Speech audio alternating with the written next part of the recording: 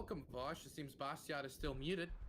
Capitalism was already lost. It's over. What a cringe lord. How you doing, man? I am doing okay. All things considered, I'm alive, so that's good. I'm not dead. That's another positive. And I still got good hair, so that's 3. Nice. There you Right go. on.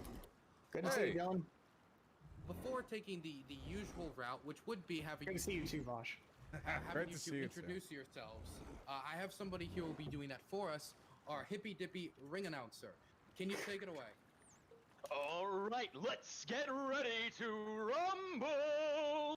Good evening, ladies and gentlemen, boys and girls, NBs of all ages, and welcome to tonight's Hippy Dippy Championship match, which promises to be a classic in every sense of the word.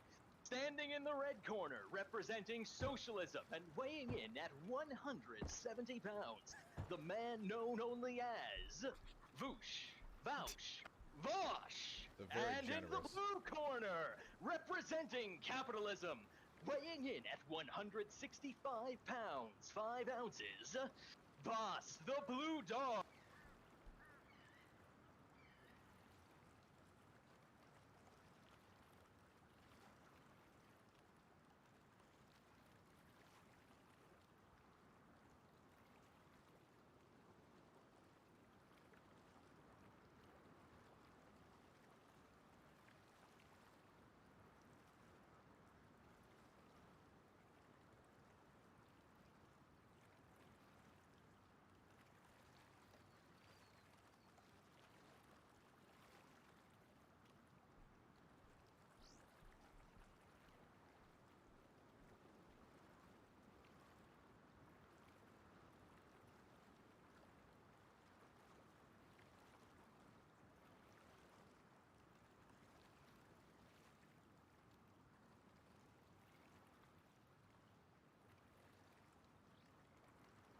Introducing the new non-breaded Popeyes Blackened Chicken Sandwich. Marinated in bold Louisiana spices without the breading. This juicy filet is served classic or spicy on a toasted brioche bun.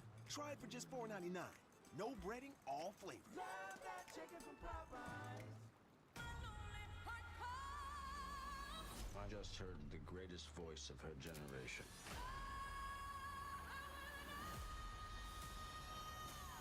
I Want to Dance with Somebody, exclusively at movie theaters, December 23rd. Blue Dog Tiat!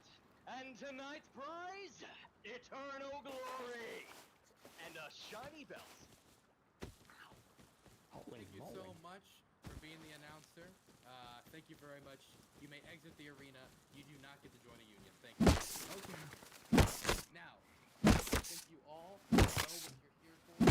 It is from the inaugural Hippy Dippy Champion. Yeah, I grew out of all my old belts. I'm here to supplement. And I have apparently shrunk out of all my old belts, so thanks for that, buddy. No problem. I've been absorbing your power.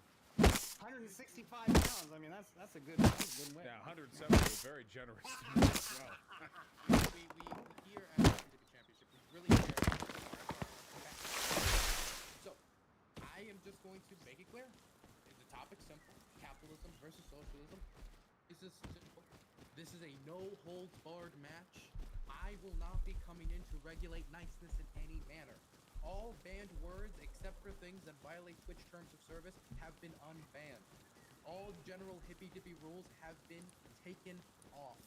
Except for the usual, which is, if I speak up, nobody talks over me. I'm just here to regulate, and I would not like to get banned off of the platform. So, with that being said, you will both have a simple introduction time of 2 minutes to hopefully restrain yourself before going head-to-head for the title. We have 3 separate judges. Chat will not get to judge on this occasion. We will have a poll to see who you think won in chat, but it will play nothing more than an advisory role. Okay, is there any questions? I'm ready. Wonderful. This is the official Hippy Dippy Championship match for the inaugural Hippy Dippy champion. Whoever wins this will have this actual belt mailed to them. It took about 4 months to schedule this match. Due to recent events, it was a little harder to get going than would have thought. And of course, it has costs. If everybody at home would like to support the show, I would deeply appreciate it, either through subs or donations. this match is a go. 1 second, let me ring the bell, and I will let Bastiat start with his introduction at first. You may begin. All right. So, folks, my name is Bastian. I am a liberal, and I believe in liberal democracy as a system of government with a capitalist economy. What do I mean by a capitalist economy? I mean an economy which exists predominantly as it exists in the developing world today, or rather the developed and largely developing world today. That is, say, an economy developed and defined by private property, self-interest and a profit motive, competition, market mechanism, freedom to choose with respect to consumption, production, and investment by the individual, and, of course, a relatively limited role of government. Government is, of course, essential for capitalism, but what I mean when I talk about a limited role for government is that it respects that there is a delineation between the private sphere and the public sphere. Right? It does not seek to completely absorb, to completely politicize, to completely dominate the economic sphere. So, that is where I come from. I believe that, generally speaking, capitalism is the best way people have yet discovered to improve living standards, improve quality of life, and generally to make it possible for all of us to do things we want to do in our lives as individual human beings. I believe, in contrast, that the brand of socialism that Vosh proposes fundamentally, at best, makes no sense, and at worst, might well be something approaching incoherence. He talks about the idea of democracy in the workplace. He talks about the idea of decommodification. But then he simultaneously says that social democracy is basically a sinkhole, and then talks about how his long-term goal is for the workers to seize the means of production, presumably through some sort of violent revolution. And in the long run, I don't understand how he can say that social democracy and the societies we are in today and that exist, whether it be the United States, whether it be the Nordic countries, all across the developed world that have shown people the way to development, to high human development indexes, to growing standards of living, we can reject all of that for some unproven idea of market socialism, which, though it has been tried rarely, where it has been tried, chiefly in the former Yugoslavia, has really delivered relatively diminishing returns. So I have to say, it doesn't make a lot of sense to me. I look forward to hearing in what sense it would work, how it would work, and in particular, I look forward to hearing his explanation for how it would work better than what we've got now. It's fundamentally my goal, individual freedom, and the results that come through a capitalist economy, the improving standard of living that I think has made the world a better place, particularly over the last, say, 40 years. That's where I stand. Wonderful. Next, I'll throw it over to Bosch for a similarly timed intro. Yeah.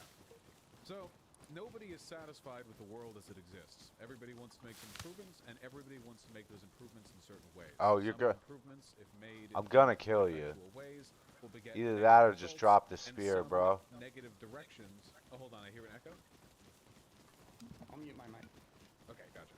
And some directions one can pursue, even if well-intentioned, lead. It's either you die or I die. Pick one. Yeah. Yeah, that didn't work. Which I advocate for politically, to say selective decommodification and for. See, you could have did that 5 minutes ago. Cooperatives are incredibly empirically defensible, which is what I believe distinguishes me and the things that I advocate for from many other leftists online.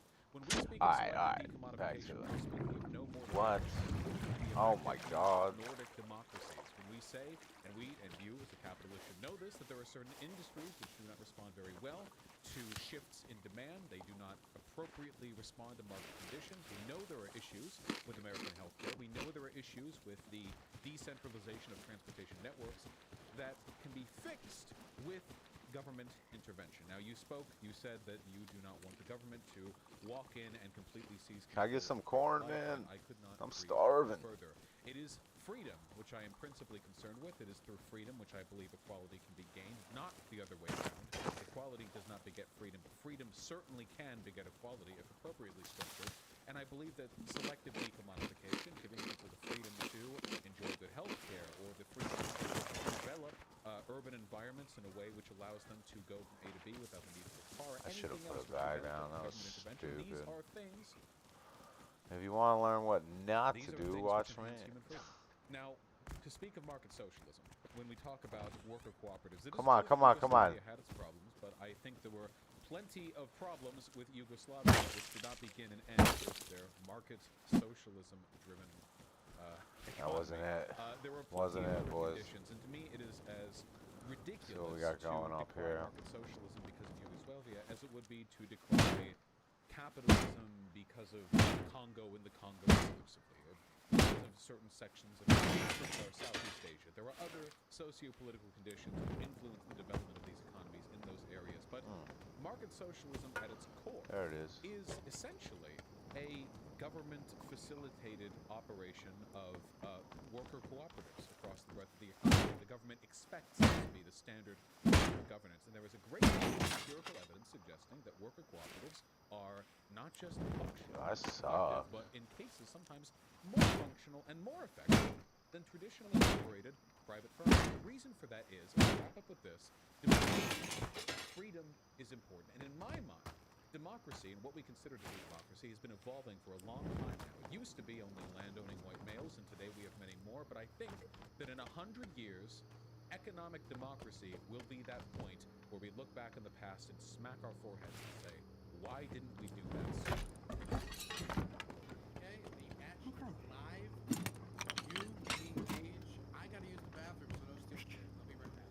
So what I don't understand is how you can write off the social democracies in one sense. When you say, for example, that they are sinkholes, that basically Oh you just shit, have we to out, rather boys. than, January of this year. I don't know You what the say hell. these I cannot heard work someone. unless they depend Where am I upon, going, say, man? I'm unless they probably like benefit so from far. I don't even know where I am. exploitation. Alright. That is your position. You're going towards water, China? Capitalism necessarily relies on some economic underclass. You have it domestically with slaves, or you have it abroad with sweatshop workers, but it has to exist somewhere. How can you make the argument that, first of all, sweatshop workers are in any way comparable to slaves, in the sense that sweatshop workers, workers overseas, who have managed to take jobs as a result of foreign investment that pay more than they otherwise receive from domestic economies, are engaged in something called master slavery? Well, in the First of sense all, that they're... absolutely, I mean, you've got to think about what it is you're comparing to. You've got to think about what the best alternative is. If private employment in a factory is still a better alternative to what existed before, that foreign investment is not some kind of What slavery. is going I'll on? absolutely bite the bullet on Wait, this. I didn't That say... foreign Wait. investment is I didn't say it was slavery, and it's certainly the case that sweatshops are preferable to you're right. subsistence farming. No, I said that it was an economic underclass, and I stand by that point. Whereas before, we were able to have the worst jobs done by people who were sold and bought as a chattel. Nowadays, we ship off the worst jobs to places that have lower standards of labor and lower minimum wages. That's absolutely, undeniably how this works. What do you mean by benefit. the worst jobs? Well, What are the worst jobs to you? the jobs that we would best benefit from exporting to other countries. You We mean don't... factory jobs? Sure, but not just factory jobs. Factory jobs that have low pay and low workers' rights. You can get more money. You can exploit more wealth out of the labor of sweatshop workers than you can out of union-enrolled American factory workers. That's why we do it. That's why we move these jobs overseas, isn't it? Absolutely, and yet the people who receive those jobs are still benefiting comparable to what they would otherwise have. On the one hand, they do better, for example, than the subsistence farming that they did in China prior to the industrialization of that country. Is that the driven limit? By foreign. That's the start. The limit is, where you go from there. That's certainly the start, and it's important to remember that the start is important because that is something that you would basically put an end to if you could in your ideal world through your argument that social democracy, the kind of economy that I advocate for, not social democracy, but an economy with a welfare state, things like that, that basically depends on fundamentally unfair and destructive relationships with third world countries instead of Do you think it's possible? mutually beneficial relationships. Well, the myth of mutually beneficial relationships relies on the assumption that there's no implicit coercion in an economic transaction. It's entirely the possible. coercion? Wait. It's entirely possible for two entities to benefit from a transaction, but the way in which that transaction is taking place begets not only a disproportionate benefit for one side, but also with one side controlling the terms of that engagement. So, for example, the United States of America, or if we want to talk broadly, Western capitalist countries, have an overwhelming amount of economic power globally, which we wield through institutions like the IMF and the World Bank, which you can say they force these changes, you can say they encourage these changes, they encourage reforms which make these countries more susceptible to our business interests. Now, is it Somebody preferable yoke is me, for to sure. have sweatshop labor instead of subsistence farming? In most cases, yes. Not always. There's nuance there, but often, yes. But that doesn't mean there wasn't a better alternative. Much in the same way that it is entirely possible to take a starving orphan in from the street and feed them nothing but peanuts. I mean, that's better than them starving on the street, that you've improved their life. There's no denying that. But you're only feeding them peanuts, you know? You got oranges I can in the appreciate fridge. that. You know, yeah, sure. You know, I don't want to feed my kid only peanuts. At the same time, I don't want to say something like, well, you see, is that the best we can do, without providing an example, an alternative, something that is based in some kind of empirical reality that we can say, okay, this is the best alternative. It's very easy to criticize. Indeed, there's a lot to criticize about modern capitalism in the United States and around the world. And yet the real question must always be, what is your better alternative? Because right now, in the broad sweep of human history, foreign trade, foreign investment, through market mechanisms, through competitive capitalism, seems to be the best way that we have yet discovered to reduce poverty not only in the developed world, but in the developing world. And when we have the resources to combine that with a welfare state of some size, you want probably a bigger one than I do, but we both want one of some sort, right? Once you have those resources, you can build that welfare state. You can drive human prosperity forward. And what you're saying is when you argue that social democracy depends on unequal exchange, exploitation, it's fundamentally destructive of the people. Of the people of the third Now, world. that's all capitalism, mine, not just... No.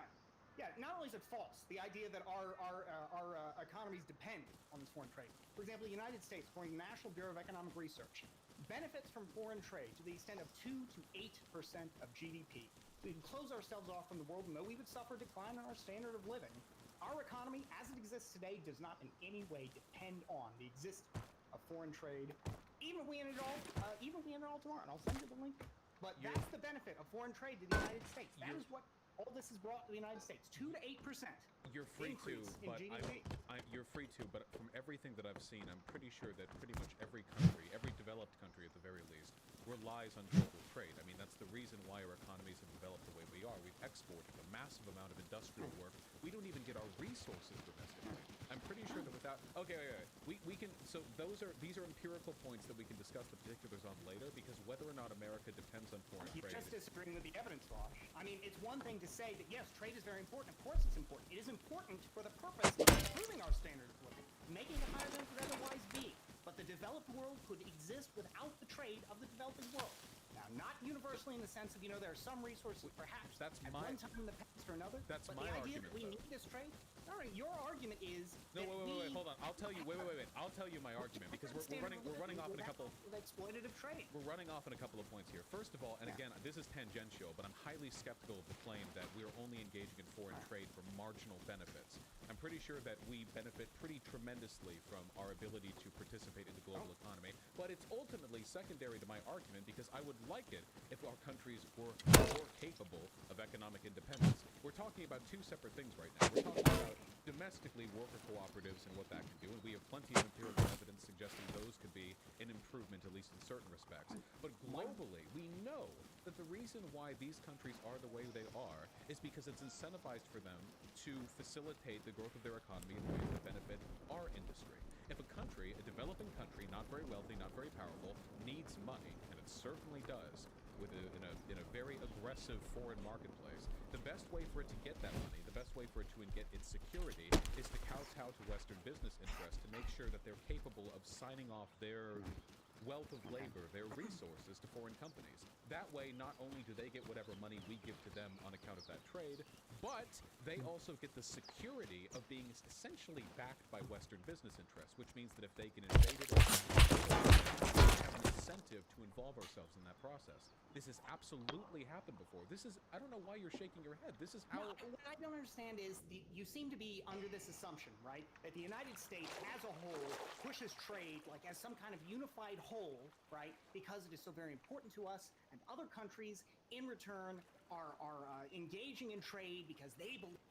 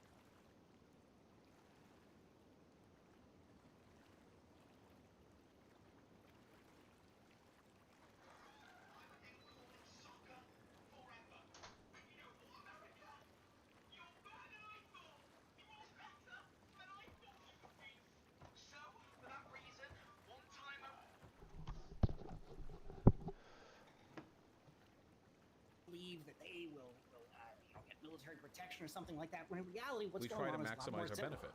Right. We as individuals try to maximize our benefit. That 2 to 8% of GDP is a whole lot more than 2 to 8%, of benefit with respect to people who do engage in foreign trade. With respect to not only domestic trade, I sent to the source. Let me take a look and check out. Whatever. I sent to the chat that you mean to. Yeah, it's a big benefit for the people who directly engage in it, absolutely, and it is a benefit to society as a whole.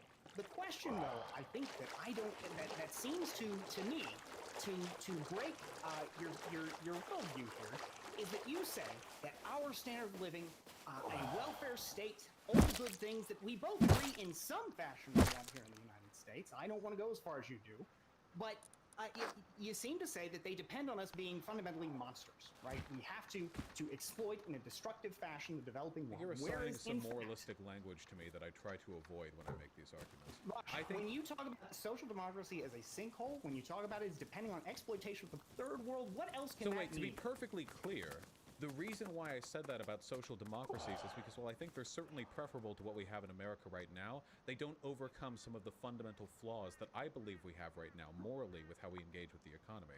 Right now, well, no, not just right now, all the time, everywhere, countries and individuals are looking to maximize their own interests. Sometimes they do that through...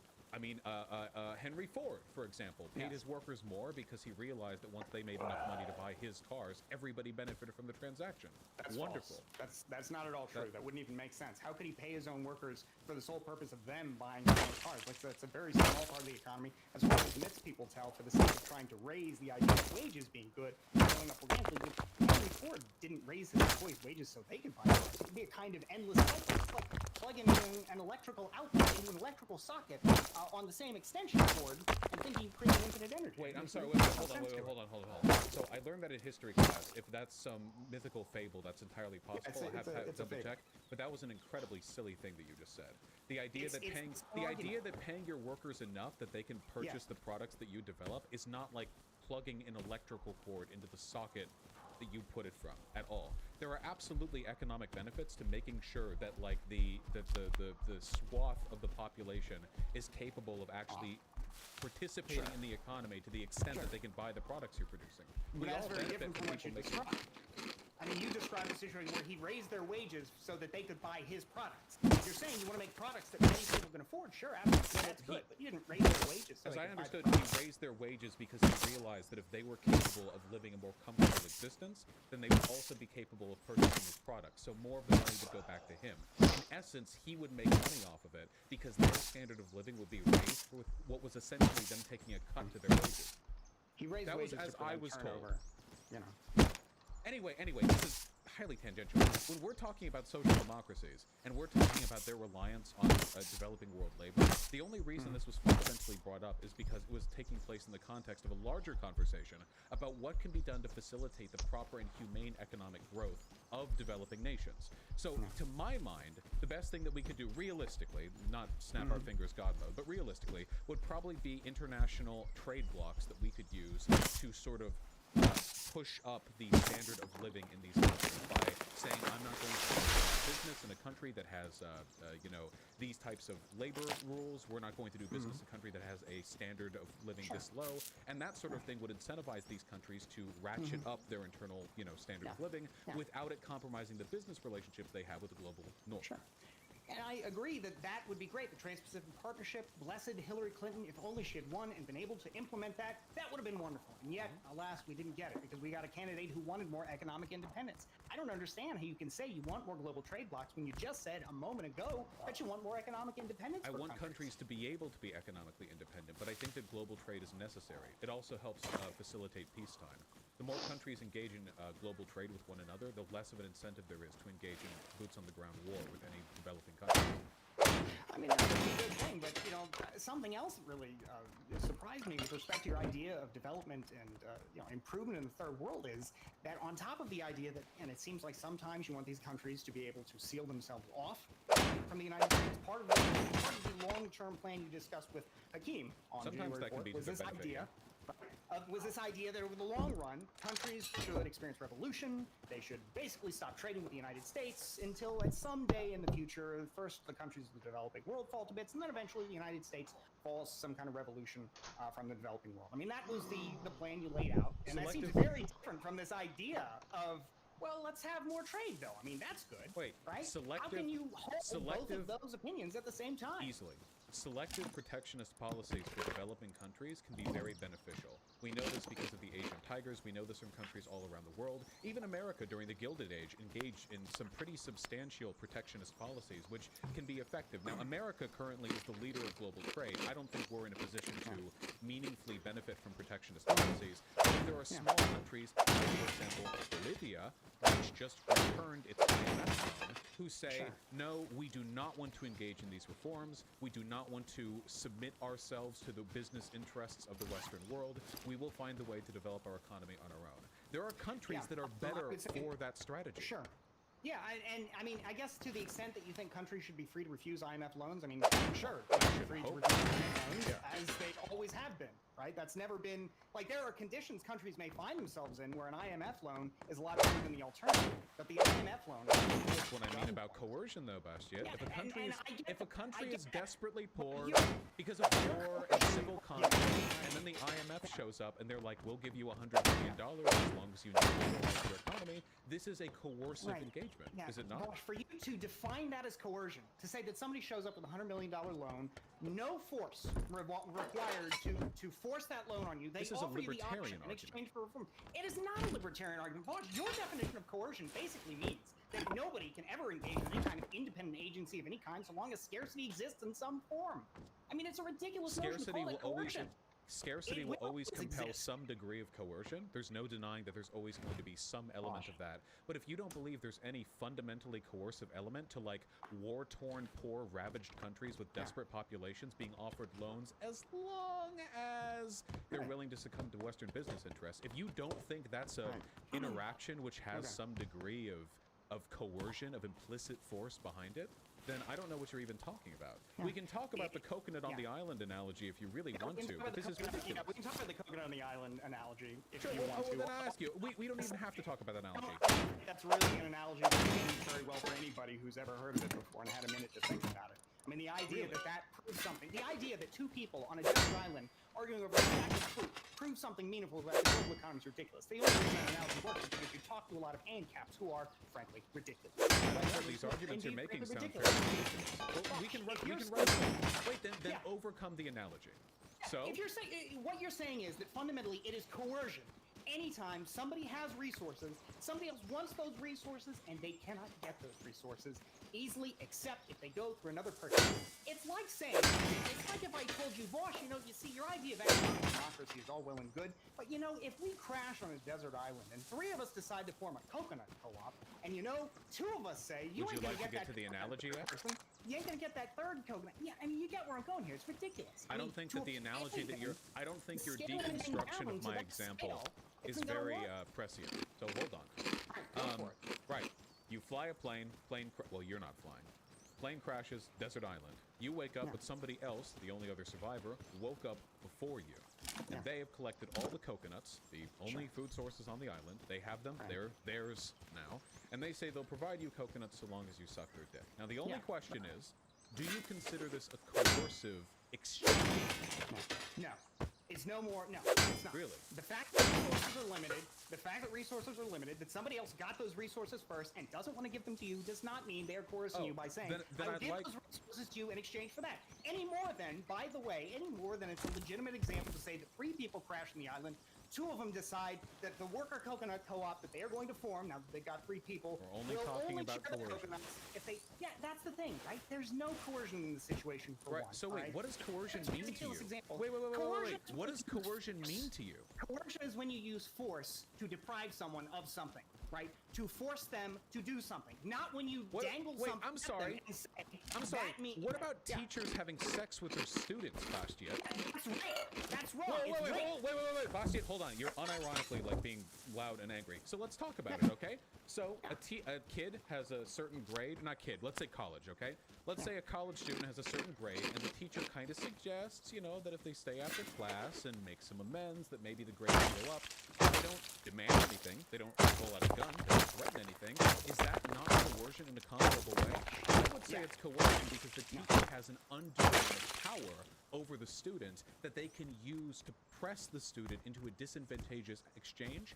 Even if the student believes it's something that they want to do, it doesn't change the fact that the teacher is wielding power in an undue way. And power is something that all of us wield every day in all kinds of different forms. And when you say that it's coercion, Do you think first that's of all, wrong? what you've described, no, I don't think it's inherently wrong. I don't think it's inherently wrong for somebody who has more resources to offer to share those resources with somebody in exchange for some kind of benefit.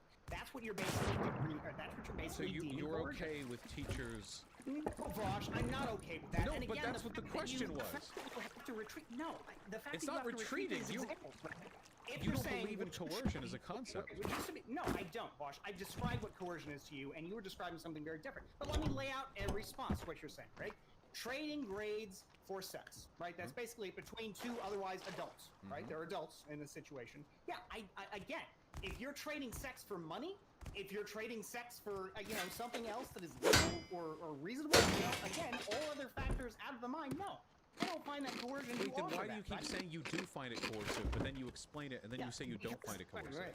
Because what you originally described, a teacher having sex with their student, to me, that sounds inherently like rape because I'm thinking of like an elementary, No, middle okay, so school, wait, high with school, college, yeah. do you think it's okay if it's college? No, it's not okay for a variety of reasons, but it's not like coercion. Wait, I don't then, agree with wait, that. if it's not For a variety of coercion, then reasons, what about it is wrong? We don't want an academic system that is that where grades mean nothing. Wait. but Hold on. it's Teachers will no. offer extra credit all the time. Like, Yeah, you is can, that- if you yeah, talk is to the teacher, you can redo coercion? tests that you Yeah. flunked on. Like, there are ways to get around that. Why is the sex element wrong, if not coercion?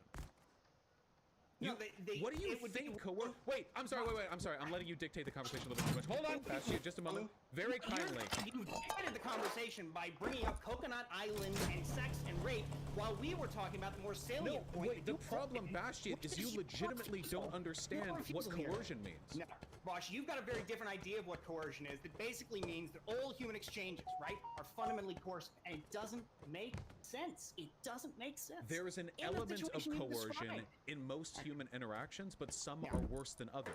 Yeah, this is Yeah.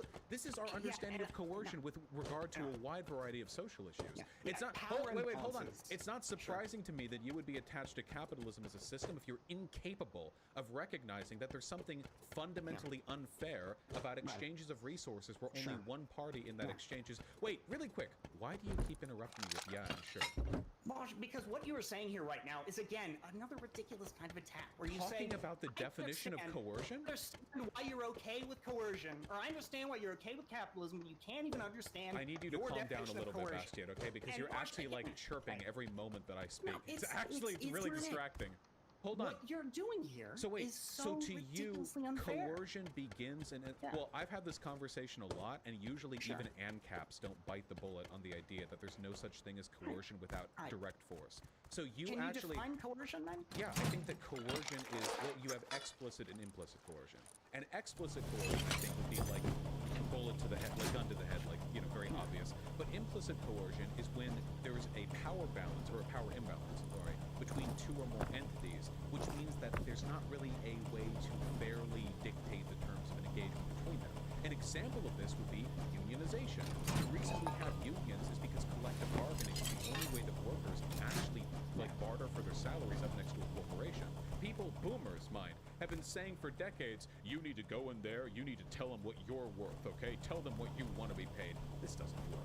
Unions work because through collective bargaining, you're able to bolster yourself. You're able to make yourself stronger, and that's the way you make that interaction more fair. Only through unions can we even arrive at what a capitalist would consider a fair wage for a worker. Because otherwise, if corporations had all the whim, then they would just take the business and take the entire thing and pay everyone exactly what they needed to not starve. It's only through power on the end of the workers that we can arrive at a fair fair by a capitalist standard end. So with all of that being said, how can you not see, even if you believe that ultimately they do, you can fight the bullet on that too, how can you not see that the IMF and the World Bank have a coercive relationship with the developing countries they offer loans to? Because I suppose we've got a fundamentally different idea of what coercion is. Let me tell you what your definition here. A coercion is basically a power imbalance, where you can have either explicit or implicit coercion is such an issue, to me, all right? The reason this is such an issue to me is that it seems to water down the very idea of real coercion, which to me is force, right, violence, or the threat of violence, the threat of doing some kind of violence against somebody, right, as a way to get somebody to do an act, right? I don't see how you can say that that a power imbalance can be coercion, because power imbalances, one, exist throughout all life. You know, they are there are always imbalances of resources, always imbalances of power, and to say that those are all fundamentally coercive seems to me to invite the kind of action that is it seems to invite to me real coercion, which is, say, state force. Like, for example, when you say that there's coercion in this situation, when you say that trading sex for something, perhaps trading sex for money, is fundamentally coercive, that to me is the kind of argument that people use then as an argument to abolish things. Wait, rather ait, than to have hold on, these wait, things when did I make that decriminalized, argument? right? I'm pro-sex work. When did I make that argument? Okay, Give me a moment. Give me a moment. I just wanted to clarify coercion quick with an example. Let's say one of you before the fight came up to me and said, $1,000 if you give me the belt. Yeah. Is that coercion? No, it's a trade. Well, I don't think it would be necessarily coercion because it would. I don't. Hello? Well, why not? Wait, hold on. Aren't you? What's up, literally Bidget? homeless right now? I mean, that seems like No, that could be coercive. Yeah, That would Eddie be fell over a asleep. relatively trivial thing. Oh, Yeah, he fell because asleep. you can Okay. make the Whatever. argument that you'd be extolling something from Alright. what you would otherwise not be I willing to. transferred more money over so I can The just stop difference tonight. between, I think, Vosh and I is that tomorrow, I I'm still believe leaving you with a coercion card, is basically kind of a and, 1 or 0 situation here, whereas in Vosh's situation, it seems Whenever like it's sort of a after sliding you scale, buy that depends on some the numbers dryer, involved, I'll the role just of somebody transfer in a all the money particular back to you. situation. Their coworkers, or sorry, Okay. their subordinates. in a That way. way, we don't have to worry about it in the Yeah, I morning. mean, that's bad for a variety All of right. reasons. Why? Right? It's Because something they're that I'm talking about glad we leaving have a state earlier policy now. against. But to Wow. say that that's inherently Well, they're going back and forth, say back and that's forth, coercion, and I'm just right? like I barely don't agree. reading the That messages is, online. I'm that like, is just taking, fucking that tell is me what time to set exploiting my alarm a for. relationship that exists. Yeah. But to say that is coercion this one force, I might just wait, stay away. How is it ultimately you exploited? can't leave the Yeah, and workplace. just sleep the whole way there. You are. Yeah, that first of all, sounds this is, good. again, derailing the issue of coercion. It's You keep on absolutely doing That's it, derailing. ridiculous. I may or may Yeah. not see it. But ultimately, Alright, I mean, yeah. the idea that it is coercion. You Do you offer know what to time do you're getting something, off yet? right, in exchange for something else. I think that's not four. According- Oh, see? I don't know. Violence of some Off? kind, No, right? I don't know. Yeah, a Flirting with the situation like that. subordinate. Are you Is gonna be that awake or coercive? no? I might be. No. I don't That is know. something that is bad I for a would be variety of willing to reasons. bet It might depend, by the way, on how it's done. No. Right? If you I are have doing something never that makes somebody met a feel like they are person- in fear of violence. I mean, I have never met a person who used the Mm-hmm. term coercion in the way that you do. Yeah, In so. fact, the way you're using it is, in my Yeah. mind, so objectively incorrect. And Or did I'm Eddie a fall asleep? linguistic Yeah, descriptivist, so I he hate falls saying asleep. He this, usually but falls I feel that I asleep, could find people talking about any of After these soccer. issues Yeah. using the word coercion. If I found like press statements or like public Alright, statements where did he talking lay about down? sexual harassment On in the the couch. workplace, if I talk about any of these issues, or when I talk about I like am- teachers flirting with students, or anything Love like you that, too. coercion would come up very, very frequently. Like that I'll term talk would to you. come up very often. Okay. This is Can reaching Bye, a baby. point where I actually wonder if you're engaging in like a bad faith argument, because you know that if you acknowledge that coercion can involve like an unfair power dynamic between two individuals or two entities, that you would have to bite the bullet in a lot of my other arguments. I don't bite the bullet. I'm not being bad faith. You basically pointed out that there are a lot of other people who accept an inconsistent definition of It's coercion. not What I'm saying inconsistent. is It's that there's a wait, difference just between because you don't imbalance and understand power it doesn't mean it's relations inconsistent. and coercion, right? No, just because I'm What's the proposing inconsistency? a consistent definition here. Bastian. Your idea of coercion depends entirely on the situation and has no On objective power reality. dynamics. And On here's why you power come to a dynamics. situation. Yeah, power dynamics, right? So you're saying basically that the ridiculous conclusion that you get out of the examples you keep providing is that if the IMF shows up and says, we will give you $100 million if you decide to follow some conditions that we will not force you to do, but we will give you $100 million.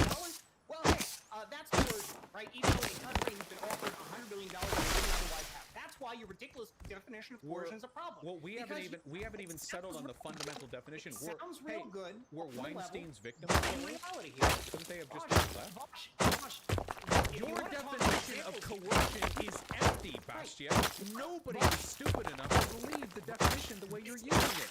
It's power dynamics, and you keep claiming that it's inconsistent. How is it inconsistent? It's such a fundamental difference between somebody like Harvey Weinstein, all right, who would, for example, do something, or like Matt Lauer, or these people who literally would lock doors and rape people, and somebody saying that in this Well, hey, hypothetical there were situation, plenty of people who were just like flirted and pressed on. But hey, isn't that Weinstein's right as like a citizen? Well, just to be clear, touching somebody without their consent is violence, is coercion, is all that. Yeah, It you wasn't can't do just that though. There were a lot of people who just had like really inappropriate relations. Or, I agree. Relations are inappropriate. They're not coercion. There's Interesting. I acknowledge there are differences between means What is of the force. inconsistency with the definition of coercion? Because the inconsistency of the definition of coercion Why are you leads so to, mad? first of all, you've accused me of bad faith several times. I'm Wait, you were explaining mad a before different- then. First of all, it was wrong. Second of all, you were mad before then. Come on, you were mad before then. You're going to resort to you're mad because I basically No, cornered you you're on the fact. actually I shouting cornered you over on the me. fact. It's I not- cornered you. First of all, right, let's cool off for a little bit here because you've started to get mad. All right, Let's cool off a little bit I here. apologize for my Cool off a little bit inappropriate here. behavior. You've repeatedly responded, all right, to issues I brought up by bringing up ridiculous examples like Coconut Island or rape this or rape that, whereas I'm making a simple point to you that fundamentally the idea that coercion means just a power imbalance of any kind, right, is a ridiculous definition that Okay. means nothing. All right, It so means maybe that we should move all away from the power term imbalance is coercion. Maybe we should move away Yeah. from the term. So let's get at the raw idea underneath it, okay? So I'm going to bring up another example. It's not a debate tactic. I genuinely want your answer, but I'm going to move forward with that answer, okay? So let's say you're out in the town, you want to get your dick sucked, as we all, I mean, as one does, Okay. you know. Bosh. And wait, no. Is this I capitalism and genuinely, socialism? no, hold on. I genuinely need an answer to this because Okay. you Is this project praxis? Is this how you're degree going to to implement which socialism in the world is through one the de- ridiculous dick sucking the example after the degree next? to well, Wait, that shows how if we- empty the ideas you've got are. that has You nothing haven't to do. proposed anything in response yet, other than to fixate on the idea that what I proposed here, that the IMF offering a loan is the same as Harvey Weinstein raping somebody in their So office. we're And going to it's try to ridiculous. get to that. If we can sit still, we'll find a way to connect these ideas. What do So you mean sit still? we're I've gonna been trying move- to go back to trade for the last 10 minutes. We're You gonna keep move wanting to talk away. about people getting their dick sucked. We're It's going to move away ridiculous. from the term coercion, okay? So let's say that you're out Bosh, on I'm the here to town. debate capitalism and socialism. I Alright, and if would you want to talk love about to. capitalism and I'd love socialism, to as we well. can do I didn't that. realize that I Alright? was working with a person who didn't use words the way that I used them. So I'm trying Yeah, to fix no, that. no. So let's say you're out in the town and you want to get your dick sucked. You find a homeless person. They don't look well, Yeah. and you toss $100. You toss 5 20s in them, and you say, "Hey, those are yours if you suck my dick." So you don't think that's coercive because it's a trade, blah Bosh. blah. Do you think? Wait. Right. Do you think there's anything wrong with that? Apart from, I guess, public indecency, which would be the dick sucking. But do you think there's anything wrong with that exchange? I think that is. I think it's pretty miserable that is basically the option that this person has. But in terms of like that being morally wrong, no. Okay. I mean, so- morally wrong. Somebody has traded $100 in exchange for an act. Both parties are consenting. Both parties are better off. I don't like it. That's certainly not my ideal. I wouldn't say yes. That would be the best thing, right? That'd be the best thing we could do for the poor, right? But then again, I mean, if your belief is that fundamentally social democracy is exploitative of the Wait, hold on. We're world almost and there. We're almost there. We're almost there. I We're almost there. We're suppose almost there. throwing somebody $100 is at least a domestic We're harm alone. almost there. So you don't think it's morally wrong, but you think it's a miserable state of affairs. So Sure. would you agree then that even if an exchange between two entities of different power levels led to a benefit for both sides, that there may be still some underlying thing there, some cause to that imbalance that might be worth addressing? Sure. Yeah. Okay. As I've said, people who are poor should, benefit from welfare Then- programs. There should be options for people and all that. Great. Then you agree with my argument, which is that right now, subsistence farming is worse than sweatshop labor, but we should do something to systemically address the fact that these developing nations essentially have no economic alternative but to whore themselves out to Western capitalism. You agree with my argument? Yeah, I agree that we should strive to improve like standards of living. I agree that we should do things like, for example, engage in global trade. What I don't agree is that that example right there does anything to support your underlying argument, right? I just wanted to never make sure said- you understood. I just wanted to make sure that you believed there was something wrong with the fact that developing nations have to rely on these systems. But you do, so now we can move forward. No. This is a very important point now that you've made, right? Because I am the one here saying that global trade is a good thing. I am the one saying that global trade is wonderful and benefits both parties. And yet you're the one saying at the end of the day, hey, you know what? Maybe we should have, maybe we should support revolution overseas, right? We should support violent terrorist groups. We haven't gotten to that. That would attack civilian populations. Hold on. Instead of having, well, that's what violent terrorist communist revolutionaries do. That's what the Red Army faction Hold on. You're pumping a lot of adjectives in there. You're sounding like a neocon complaining about Islam. Okay?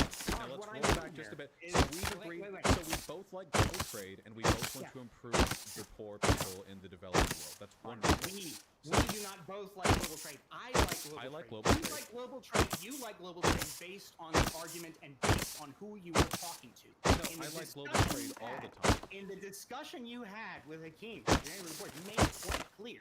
You made it quite clear that you like global trade some of the time. But really what you're interested in is revolution and supporting revolution wherever possible, by whatever means. Well, hold on. And you are These aren't mutually. Well, wait. First of all, these aren't mutually exclusive. In these countries eventually stopping trade with the United States altogether. So, first of all, those aren't mutually exclusive, so I don't know why you're adding them like they're a juxtaposition.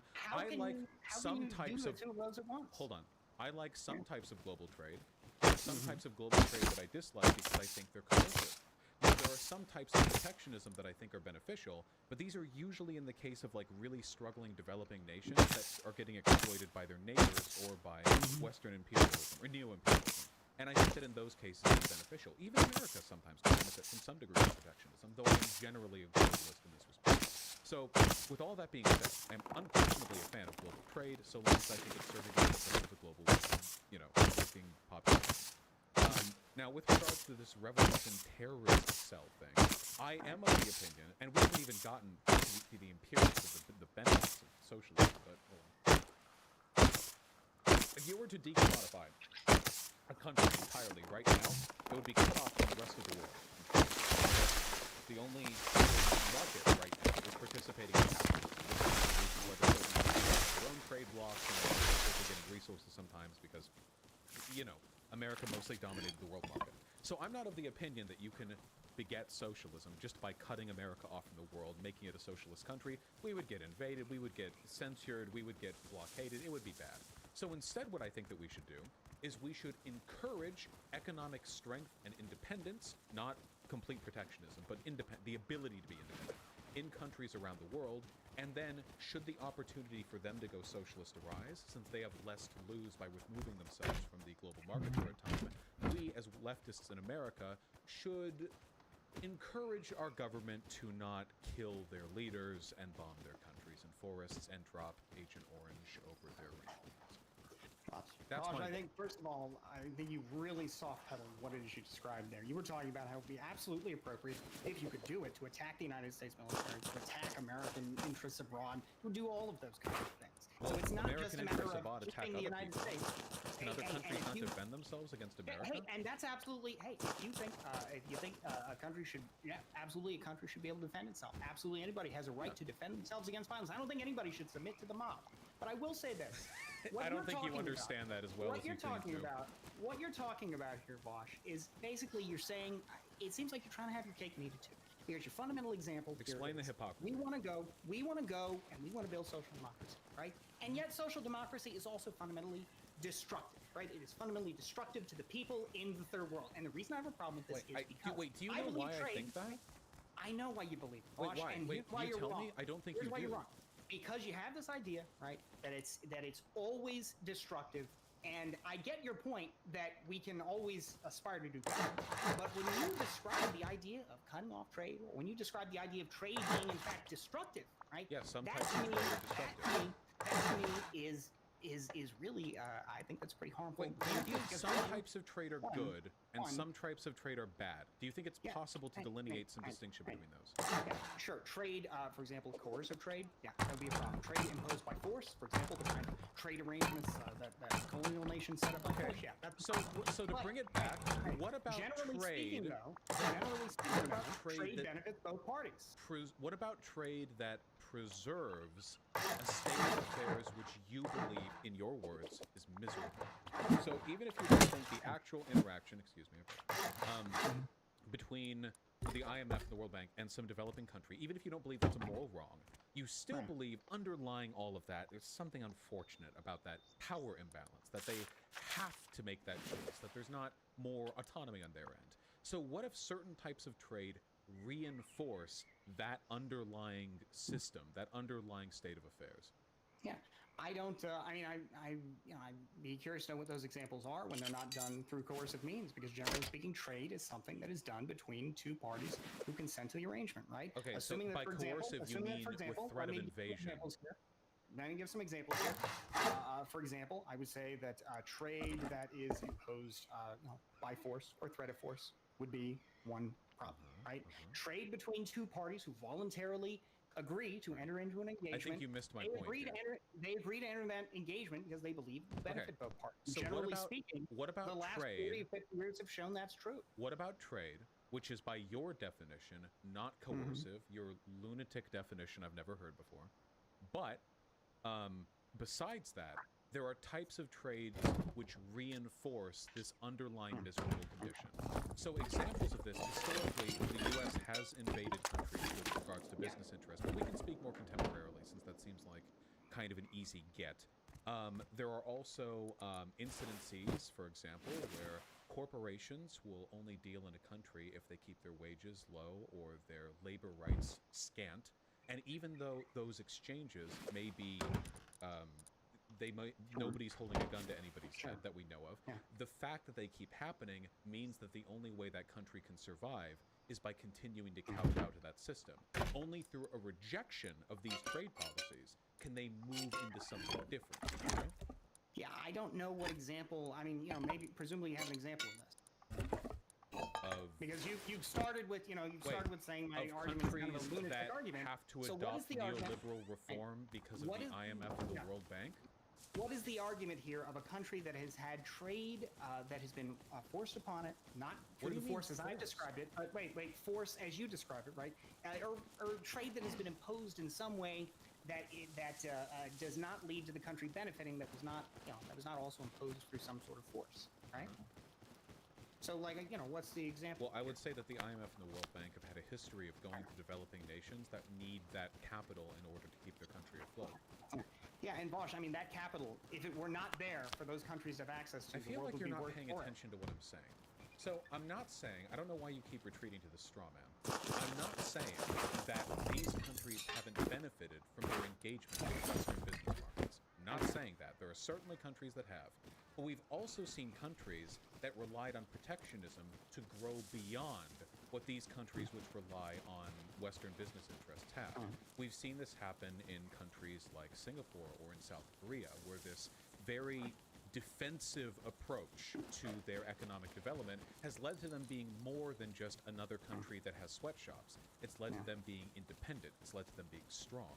But that only happened because they weren't locked into, the debt cycle. It's an IMF loan that these countries get themselves into. They had to break free of that or not get involved in it to begin with. Now, I like the idea of a world where the countries we trade with do so only because they want to, not because they have to. Is that not a good world? Sure, but what I'm saying here is that countries do trade because they want to. Like the examples you provided here, South Korea and Singapore especially, which is a city-state that could not exist without some form of international trade. And basically, in that sense, by your definition, right, this is a country that depends on trade so fundamentally. Perhaps they could even say that it's coercion. I'm not saying. But the reason I don't get that, the reason I reject that is